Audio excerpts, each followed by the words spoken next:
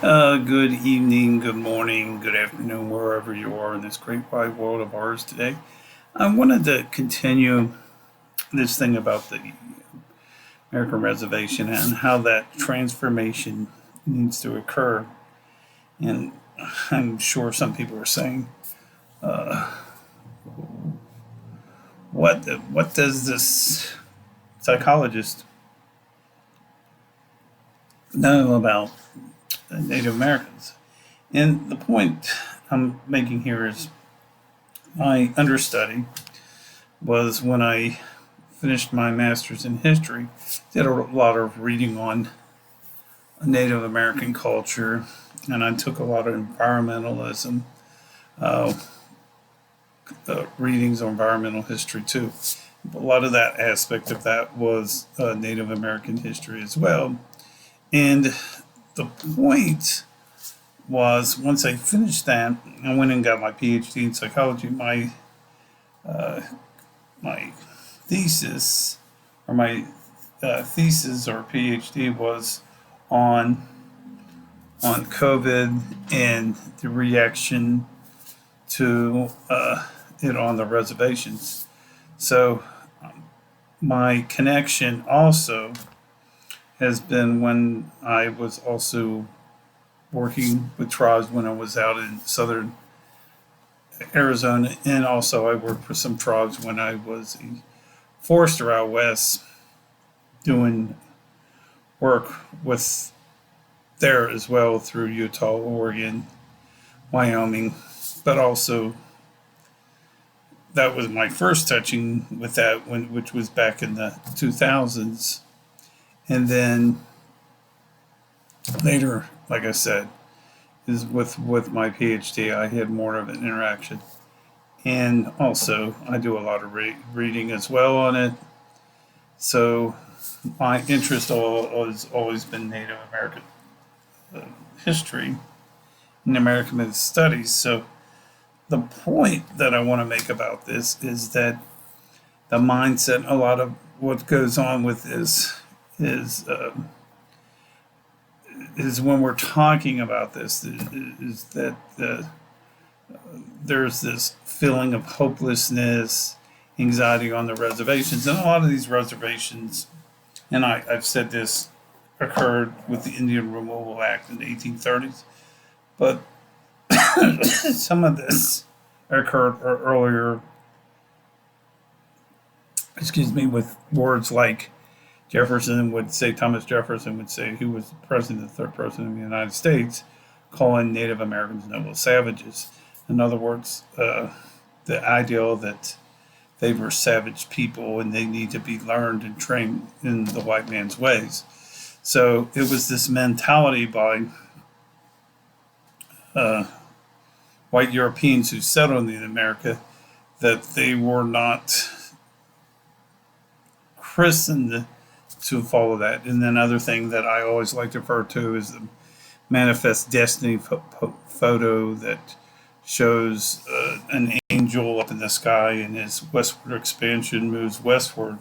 That you can see Native Americans being pushed off the wilderness, and some of this goes, even if you look at it, coincide with goes into the Bible, Christian Bible. When it talks about out of the wilderness, settling of the wilderness. So in other words, it puts a condemnation or a back emphasis on wilderness is something that's not good and is really not pristine or it.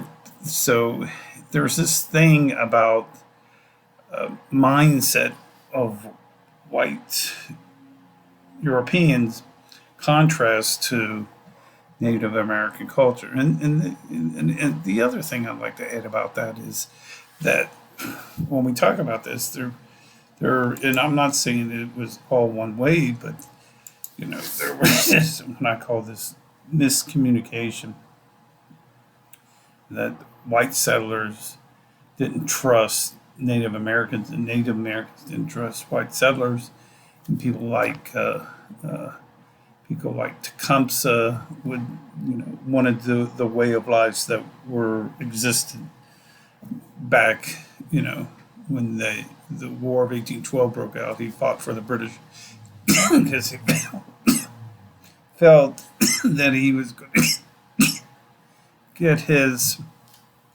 land back, the Shawnee, especially in the Ohio Valley. So the point becomes,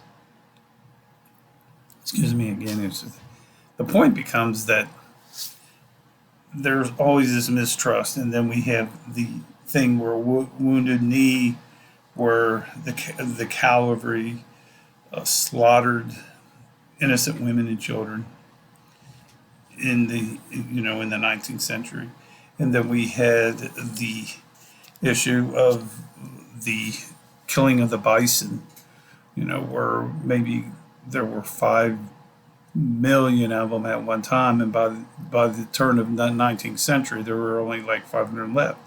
So it always became like Ulysses Grant would write the Indian problem, or Native American problems that existed. So this became an issue because what it did is it forced people onto lands, and like I said, part of this becomes an issue with the Indian Removal Act of 1834, which the courts at the time, the federal courts, upheld the decision that they should not be forced off their lands. But Andrew Jackson still moved them westward across into Oklahoma, across the Mississippi, and what became known as the Trail of Tears, which many Native Americans died on that. So this issue or this mindset existed, and it's so ingrained, and so it's almost so ingrained like a tree. If you get a bigger tree, you can see the rings. It's so much mistrust and guided in the federal government system.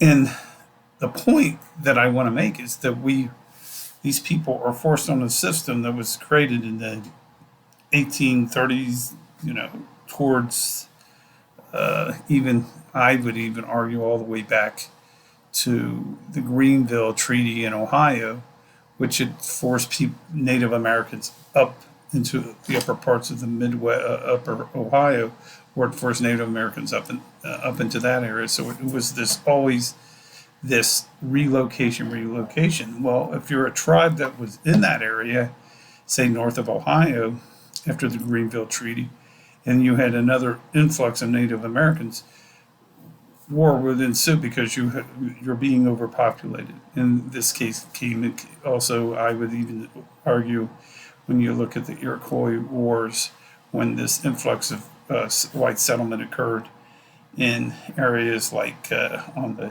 northeast coast, and they forced more Native Americans into the Iroquois, and this caused more conflicts upon Native Americans. It's almost the same analogy I say today when we talk about a black on black crime.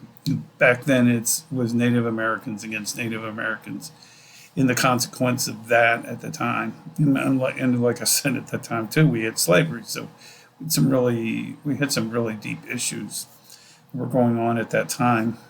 So the point that I'm trying to make here, folks, is this mindset that existed, and this system of reservation is really not empowering people to be better in their life. The goal in life is to make people better, or that generation better educated, better to be able to achieve goals. And the issue that becomes on, especially on some of these reservations, and I'm not saying all reservations, but some reservations, is the fact they're isolated.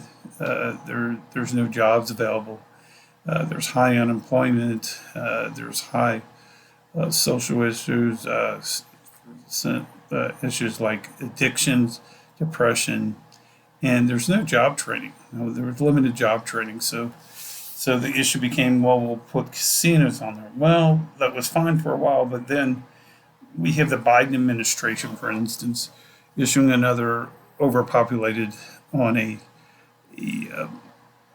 another casino up in the Northwest area, which is already saturated with tribes, just to make another tribe happy. And the point that I try to say is the reservation system is obsolete. And all we're doing really in essence is the same thing with the debt ceiling is we're just kicking the can or kicking the problem as the old cliche, kicking the can down the road and not really solving.